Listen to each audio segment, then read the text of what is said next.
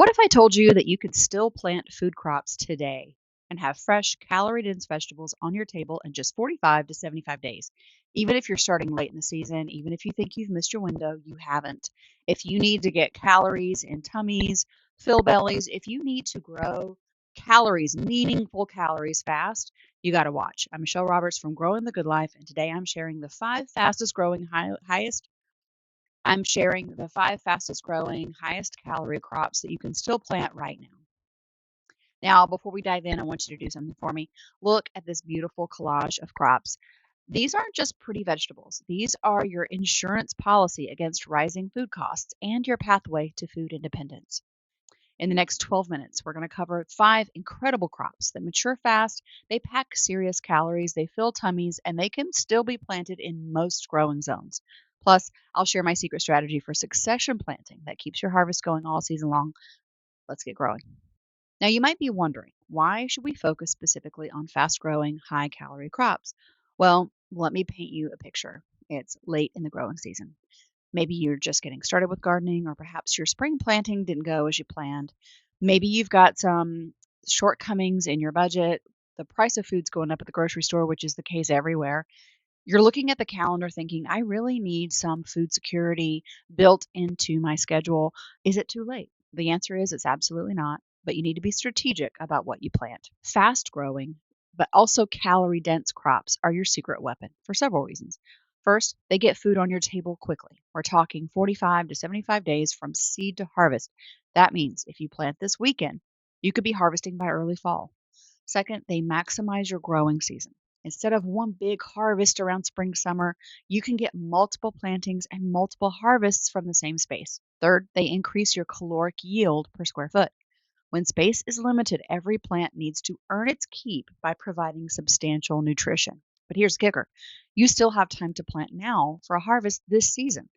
While your neighbors are already thinking about putting their gardens to bed, especially if you're in the South, you'll be extending your growing season and maximizing that food production. So if you look at this beautiful, productive garden in this picture, this is what's possible when you think strategically about your plantings. Every crop we're going to discuss today can contribute to a garden like this. And even if you have a smaller garden, it really doesn't matter. All I'm suggesting here is that all of these crops are going to really pack a punch, and they're going to make a positive difference in your food budget, in your families. Every meal, every plate, every meal you cook is going to be influenced by these. They can contribute to your family's food security and your grocery budget at the same time. Now, I know some of you are thinking, but what about my growing zone? Don't worry, I've got you covered. These crops are adaptable to most climates, and I'll give you some specific timing tips for each one. If you're finding this helpful so far, give me a thumbs up. It really helps the algorithm share this content with other gardeners who need to see it. Now, crop number 1 we're going to look at are early potatoes. Let's dive right into this. When most people think of potatoes, they think of the massive storage potatoes that take 90 to 120 days to mature. But pulling these early can be a game changer for you. I'm looking at varieties now like Red Norland that can mature in 60 days and Yukon Golds that can be ready in 65 to 70 days. We're talking about faster, earlier potatoes. And then whenever you harvest them as new potatoes, you can get them even earlier for baby potatoes. So each of these potatoes here, and here's also a secret that a lot of gardeners don't know. You can harvest new potatoes at around 50 days. And these are so yummy. They're tiny. They are not good for storing, but you can eat them in dishes now. And now that I think about it, honestly, the reason in the South that new potatoes and beans were such a thing growing up is probably because that's what filled bellies. Let's be honest, times were hard. And when you were growing potatoes and beans and you had this plate of new potatoes and beans, the reason that you're digging under the soil to have these new potatoes isn't because it's some culinary treat. It's because you needed to fill bellies. Okay. And so you were digging your hands into the soil sooner than days to maturity would tell you to because you didn't have time to wait around. You probably had a kitchen full of kids. They were hungry. They needed to be fed. And you needed to give them something that would last for a few hours. Okay. And so new potatoes and beans did that. Let me share some pro tips for growing early potatoes successfully. First, plant them in well-drained soil with plenty of compost. These potatoes are going to be heavy feeders, and they'll reward you with bigger yields if you give them rich soil. Throw in some composted chicken manure if you have any. Secondly, as these potato plants grow, you're going to want to hill the soil around them. Okay. Every time you do this for these varieties, you're going to encourage more potato formation. You can increase yields by up to 30 to 50% just by learning how to hill properly. Third, don't wait for the potatoes to die back completely before harvesting these new potatoes. When you start to see flowers, you can start to dig around the base and harvest some baby potatoes. This is super this is great for you if you need to feed some bellies, you need to fill some bellies, some spring crops failed, and you need to find some way to get some more calories going in your backyard as an insurance policy. This is one of the ways to do it. The versatility of potatoes is unmatched. You can boil them, mash them, roast them, fry them, and even eat the small ones with the skin on for extra nutrition. As a matter of fact, when I grow them myself, I always leave the skin on. And unlike some crops that need to be eaten immediately, potatoes store very well. Early varieties will keep for several months in proper storage, giving you some food security well into the winter. If you're just starting out with gardening, potatoes are super forgiving. They'll grow in containers, raised beds, or even just traditional garden rows, of course. One seed potato can produce 5 to 10 pounds of food. That's what I call a return on investment. Our second crop is summer squash and zucchini. And if you've ever grown these before, you know they're prolific producers. These beauties mature in just 45 to 60 days, making them some of the fastest crops you can grow. Now, I will be honest with you, they're not as calorie dense per serving as potatoes, bringing in at around 30 to 40 calories per cup. But their rapid, continuous harvest can yield a massive total number of calories over your whole season. So you see this gorgeous, beautiful squash, and you see those yellow flowers. Those are also edible, and they're a delicacy in a lot of cuisines. Some people will stuff those, batter them, and fry them. Super yummy. I've never done that before, but some people have and they love it. The real star is the fruit production on these. A single plant can produce 3 to 10 pounds of squash over the growing season for the cost of a seed that's maybe 10 to 20 cents tops. Let me share the secret to maximizing your summer squash production. First, plant them in full sun with rich, well drained soil. That is a recurring theme here, isn't it? They're heavy feeders and heavy drinkers, so don't skimp on the compost and make sure they get lots of consistent water. Secondly, this is crucial, you want to harvest the fruits when they're young. For zucchini, harvest when they're about 6 to 8 inches long. For other summer squashes, harvest when they're tender and the skin can still be easily pierced with your fingernail. And here's why this matters. Regular harvesting encourages more production. If you let those zucchini grow into baseball bats, the plant thinks that its job is done and it stops producing. But if you keep harvesting young, tender fruits, the plant will keep pumping out more squash all season long. I've seen gardeners get overwhelmed with zucchini because they follow this principle. But listen, if we're talking about feeding bellies here, this is what we have to do. The culinary possibilities with summer squash are absolutely endless. You can grill them, saute them, stuff them, spiralize them into noodles, bake them into bread, or even eat them raw in salad. As I said earlier, the flowers can be stuffed and fried for a super gourmet treat. And if you do end up with some larger zucchini, they're perfect for baking and making into soups. One plant takes up about 3 to 4 square feet, but it can feed your family all summer long. That is efficient gardening at its finest. Number 3, sweet corn. Now let's talk about this sweet corn, specifically early varieties that can still give you that incredible homegrown experience in just 60 to 75 days. Varieties like Early Sunglow mature in just 63 days, and Trinity is ready in 68 days. Each ear provides around 125 calories, and there's nothing quite like the taste of corn picked fresh from your own garden. Now look at this gorgeous corn here. And this is what food security looks like. You've got tall, healthy stalks loaded with ears of corn, but growing corn successfully requires understanding a few key principles that some gardeners do get wrong. Here is the most important tip for growing corn. Plant it in blocks, not single rows. Corn is wind pollinated, and if you plant it in a single row, you'll get poor pollination and ears with missing kernels, and we don't want that for you. Plant in at least a 4 foot by 4 foot block, but bigger is better. I recommend at least a 6 foot by 6 foot block for reliable pollination. Secondly, succession plant every 2 weeks for a continuous harvest. Instead of planting all your corn at once and getting overwhelmed with ears all at the same time, stagger your plantings. Plant a new block every couple weeks, and you'll have fresh corn from midsummer through fall. Now, that's if you had gotten started earlier, and we're talking about planting now. You still can. If you've got some of those early glow seeds laying around, some of you can still pop those in the ground and get a harvest before your first frost. And let me tell you, if you are filling bellies, potatoes, corn, zucchini, all of these are relatively fast growing and they're nutrient dense. So you are going to be able to take control of some of your own food security just by growing these, and you do still have time. I want you to also water them consistently, especially during the tasseling and the silk formation periods. This is when your ears are developing, and inconsistent water will result in poor core. This is when the ears are developing, and an inconsistent watering will result in poor kernel development. These plants need about an inch of water a week, like most of the crops in your garden, and so it's better to water deeply once or twice a week than to sprinkle daily. Next, you're going to want to harvest these babies, and knowing when to harvest corn can be an art. The silk should be brown and dry, and when you puncture a kernel with your fingernail, it should release a milky fluid. If it's still watery, it's not ready. Now, here's a pro tip. Harvest in the early morning when the sugars are at their peak. The moment corn is picked, the sugars begin to convert to starch. So the faster you get it from the garden to the table, or freezing it, or however you want to preserve it, the sweeter it will be. There's a reason they say the water should be boiling before you pick the corn. The next variety that is on our list are Jerusalem artichokes. Now, this is one that many gardeners have never tried, but they absolutely should. And they're also called sunchokes. These incredible tubers can be harvested for early eating in just 65 to 75 days, and they provide about 110 calories per cup, so that's quite a punch for just 65 to 75 days. But here's what makes them truly special.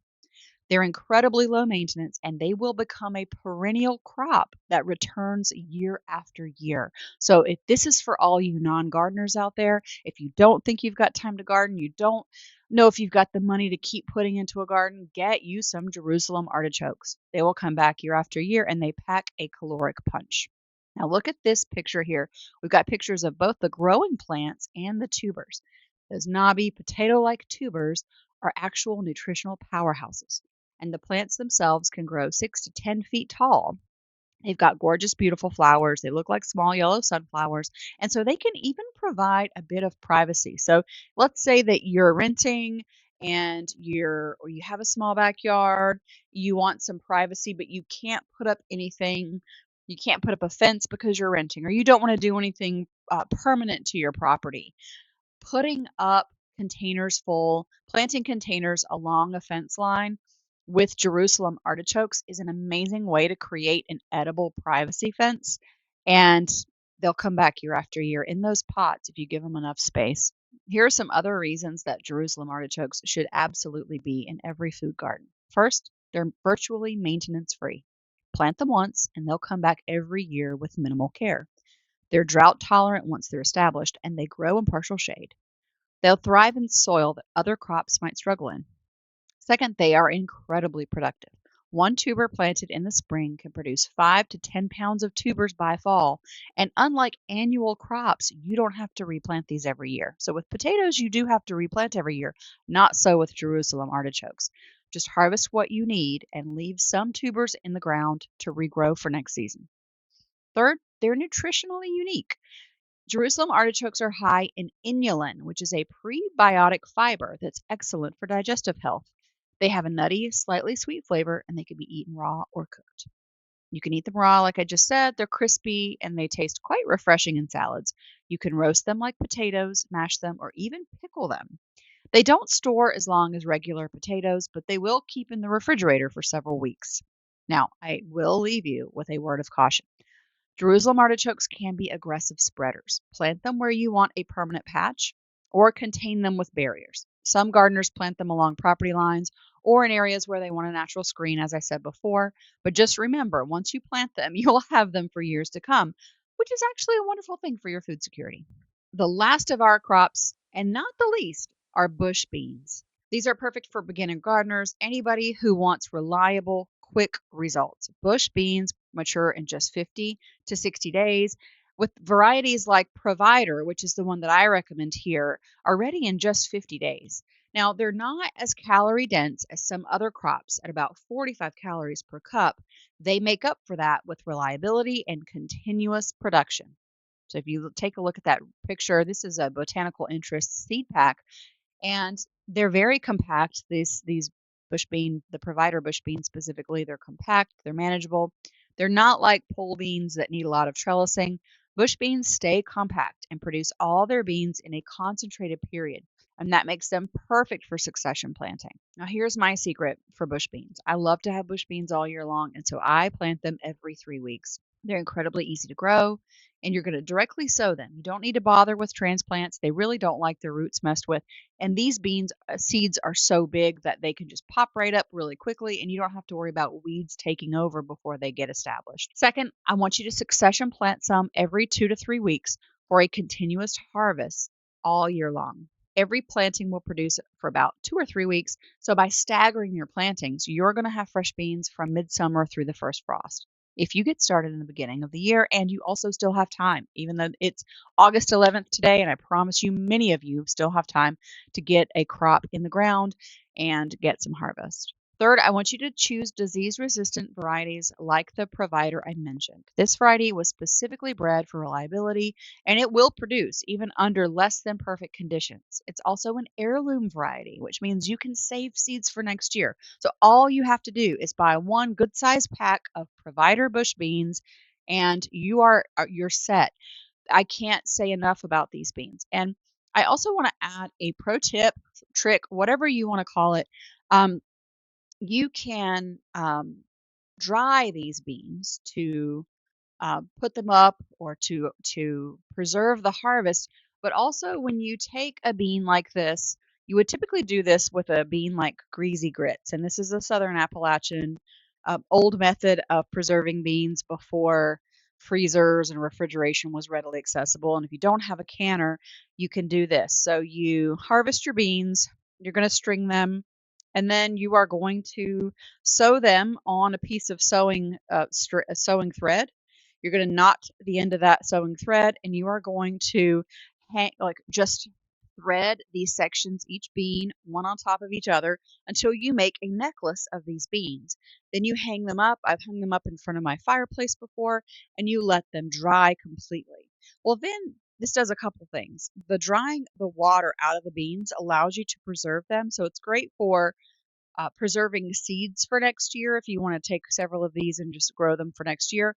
But you also are making your calories more dense this way. And so when you dry these completely and then when you reconstitute them, you can decide how much water you add back in them.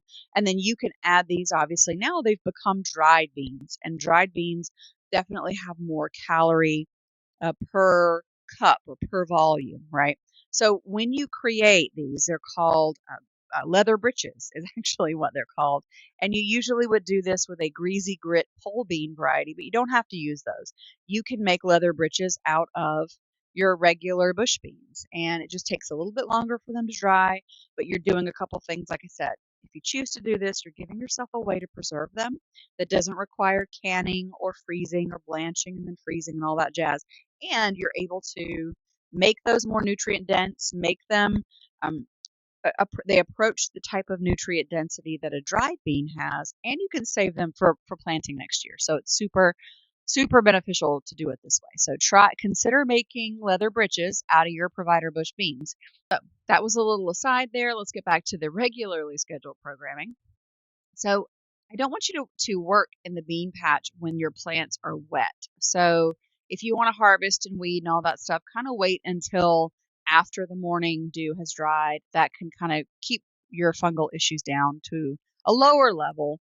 This is not typical advice. Usually most people tell you to harvest everything as early in the morning as possible, but I found that beans are better if you kind of wait till after all of that morning dew is dried. You want to harvest the bush beans when the pods are young and tender. They should snap when they're bent, and so that's also the reason they're called snap beans. If they bend without snapping, they're past their prime for fresh eating, but you might want to consider just letting them dry some more. While fresh beans aren't as calorie dense as dried beans, like I said, they're packed with vitamins A and C, folate, and fiber. You can steam them, stir fry them, add them to soup, stew, eat them raw in salad, do whatever you want. Let's put all this together with this comparison chart. Look at all these maturity times. We're ranging from just 45 days for summer squash up to 75 days for Jerusalem artichokes. This gives you incredible flexibility in your planting schedule. And I also want you to notice the calorie content differences. Potatoes and sweet corn are your heavy hitters that we're all really familiar with. And the summer squash and bush beans provide lower calories, but they make up for it in their volume and their continuous production. Jerusalem artichokes fall right in the middle, but they offer the unique advantage of being a perennial, which is huge, you guys. This data isn't just interesting, it's actionable. Use this information to plan your garden space allocation. If you have limited space and you want maximum calories, focus on potatoes and corn. If you want a continuous harvest and you don't mind processing more volume, emphasize on squash and beans. Now, here's a secret strategy for maximizing your harvest. I want you to succession plant with staggered timing. Start with your longest season crops like Jerusalem artichokes and your potatoes. 2 weeks later, plant your first succession of corn. Then another 2 weeks later, plant summer squash and bush beans together. Continue this pattern every 2 to 3 weeks until about 10 weeks before your first expected frost. Now, this is what you would do if you had a whole season ahead of you. You can't do that right now if you're starting today when I drop this video, but if you're planning for next year, take this into account because this plan will give you overlapping harvests and it ensures that you're never overwhelmed with too much of one crop at once. Use season extenders like row covers and cold frames to push your growing season even further. Many of these crops can handle a light frost, especially if they're protected. I actually have harvested fresh beans and some squash well into November using the strategy of covering up with low tunnels. It can completely be done. And don't forget about interplanting and vertical growing. You can plant bush beans between your corn rows. The beans are going to help you fix nitrogen that the corn can use. Summer squash can sprawl between your taller crops, and Jerusalem artichokes can serve as a living fence or a backdrop for shorter crops. The key is to think in 3 dimensions and plan for succession. Your garden should never have empty space. As soon as one crop is harvested, the next one should be ready to plant. Now, take a look at this. I mean, planting seeds in the ground, planting plants in the ground. This could be you this weekend. It's not too late to grow food this season. Every single crop we've discussed today could still be planted in most growing zones and will give you substantial harvest before the first frost. And even if you don't do it this year, if you get your planning done, you are going to be well on your way with pounds and pounds and pounds of food out of a relatively small space. Think about what we've covered here. We've covered crops that mature in just 45 to 75 days, provide substantial calories for your table and the bellies that you're responsible for feeding, requiring minimal space and maintenance. This will also improve your health and your food security. This is not just gardening. This is taking control of your food future. So here's what I want you to do right now. First, pause this video, write down which 3 of these crops you're going to plant this weekend. Don't overthink it. Just pick 3 that excited you most during this video. Second, make your plan. Calculate your days to your first frost and work backward to see how much time you have. Most of you will have plenty of time for at least one round of these. Maybe some of you might have 2.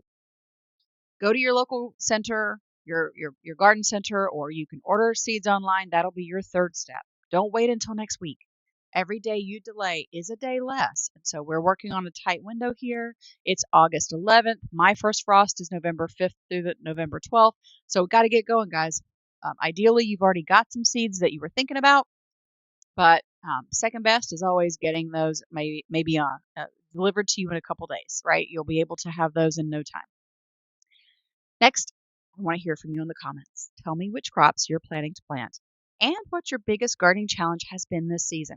I read every comment and I usually can be counted on to create some videos based on your questions and challenges.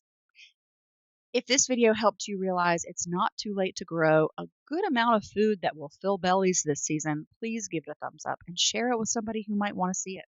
Subscribe to Growing the Good Life for more practical gardening content that helps you grow more food with less work for less money. Remember, the best time to plant a tree was 20 years ago. The second best time is now. The same is true for your food garden. Start growing today, and I'll see you in the next video. Happy gardening.